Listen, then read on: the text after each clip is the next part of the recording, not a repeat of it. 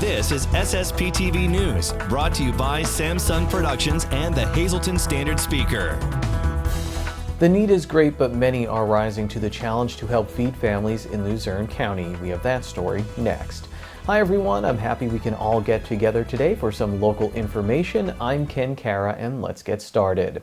The need you are going to hear about in this next story is overwhelming, but so is the generosity. Recently, our Janine Lassance spoke with registered dietitian Clancy Harrison, who's the founder of the Food Dignity Project. There's a part in this story that just really warmed my heart. We'll talk after.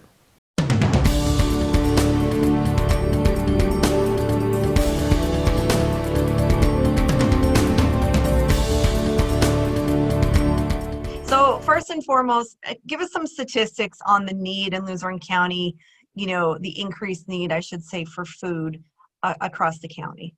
Yeah, well, we know that food insecurity is definitely increased. You can turn on any media channel and see that, but we're projected to increase, according to Feeding America, by 43%, and that's everyone in Luzerne County, 43% of adults and children, but if you look at children alone, it will be 55% increase. Okay, and the Food Dignity Project, what is that? Well, it's a nonprofit where I work with other community organizations and leaders to improve their outcomes by making food access a priority in their population. Okay, so when you form this, do people donate food to it? Well, I work, so example for Pediatric Associates of Kingston, IPAC, I work with them. So what's happening with that pediatrician group, they screen their patients for food insecurity. I worked with them to make sure that they had refrigeration, and we sponsor them. So when patients screen positive for food insecurity, they get a sample of the food that we give out, which is a lot of fresh produce, eggs, dairy, milk. And then they get a VIP pass for our food pantry, so they can come every Wednesday and pick up food for their families. So what's happening there is I'm working with that, and every organization is different because they all have different priorities and outcomes. But our basic goal is to improve their outcomes through food access with their patients, students, employees, whatever the organization is.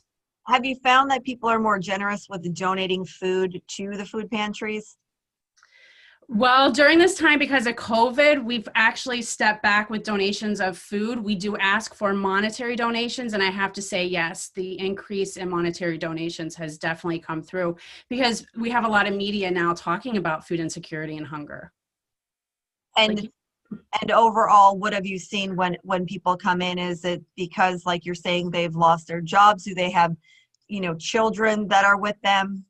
Yeah, our car line can be up to 2 miles long. It will wrap around Market Street, and we see, like I said, we see a lot of first-time families. You do see kids in the car. We actually have a balloon artist on site who's making balloon animals for the children in the car because we want it to be a positive experience. That's a big piece of food dignity. And you could tell that they're nervous, they're anxious. It's something really new. They've never asked for food before, and we have this wonderful person doing the registration, Nikki, who gives them a smile and a nice warm hug virtually, right? If you can, through a window, it makes everyone feel comfortable. So it becomes like a big family, our community at the food pantry. So it's pretty wonderful. Have you seen spikes in this with how COVID has affected families? Does it seem like it increases and then decreases, or have you seen a steady stream of people coming in need for food? Yeah, it's actually been increasing and increasing and increasing. We hit our pinnacle 2 weeks ago where it was around 2,500 people we served in one day. So our food pantry used to only serve 150 at each distribution, and now we've maxed out at 2,500. So you can see our need has extremely increased. The amount of food that we used to go through in an entire month is gone within 2 to 3 hours at distribution. It's really eye-opening. It's shocking. I never would have thought back on March 13th when this started to happen that our lines would be this long and the need would be this great. And I think it's only going to get worse because people are going to start paying for their heating bills. Okay, so moving forward, if people do want to donate, how do they do so? Sure. They can write a check to Al Beach Westside Food Pantry, and they could go ahead and send it to the church. So it's 190 South Sprague in Kingston, Pennsylvania. You could also find us on our Facebook page. It's the Al Beach Westside Food Pantry, and we do have a link for donations.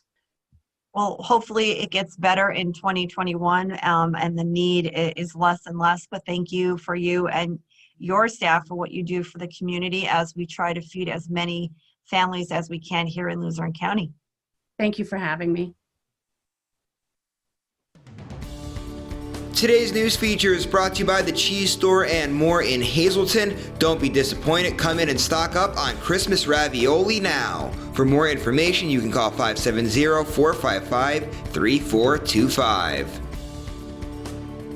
Thank you, Janine. And that balloon artist making animals for the kids is really the part that hit me. Just so nice. Thank you to everyone involved in that story. Now to some other news. The winter sports season for the Hazleton Area High School has been pushed back to January 4th. The decision was made by superintendents from 10 school districts in Luzerne County Intermediate Unit 18 due to increased COVID-19 case numbers in the area. Before the decision to postpone the start of the winter sports season, Hazleton area had to pause activities for boys basketball and wrestling because of COVID-19. Officials are looking at when the Cougar teams can start practices again to be ready for the winter season when it starts on January 4th.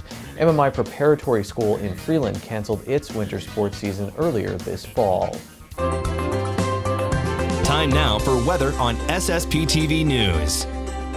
Here's our forecast from the National Weather Service. On Wednesday, we have a 20% chance of snow showers before 1 p.m. It will be mostly cloudy with highs in the mid-30s. Wednesday night, mostly cloudy with a low of 31. Thursday is mostly sunny with a high of 41. Thursday night, partly cloudy with a low of 26. Friday is partly sunny with a high of 43. Friday night, mostly cloudy with a low of 34. Saturday, we have a 30% chance of showers, mostly cloudy with a high of 48. And Saturday night, a 40% chance of showers, mostly cloudy with a low of 38 degrees. Coming up, the Our Haven Foundation tells us how they're honoring those who have given so much to the Schuylkill Haven community. In sports, we look back at the 2020 Marian Catholic girls volleyball season that ended in the Single A state championship game. And in the SSPTV Spotlight, we check in to see how the school year is going at Emmanuel Christian School in Hazleton. The Schuylkill Technology Center will be having a drive-through breakfast with Santa event on Saturday, December 12th from 8 a.m. until 11 a.m. at their Frackville location. Each child will have the opportunity to drop off their letters to Santa, and they will receive a to-go breakfast and a goodie bag. This event is free, but you must RSVP. SSPTV News would like to send sincere condolences to the family and friends of these recently departed. Lawrence Babula, age 72, of West Hazleton. The Harmon Funeral Home will announce their arrangements.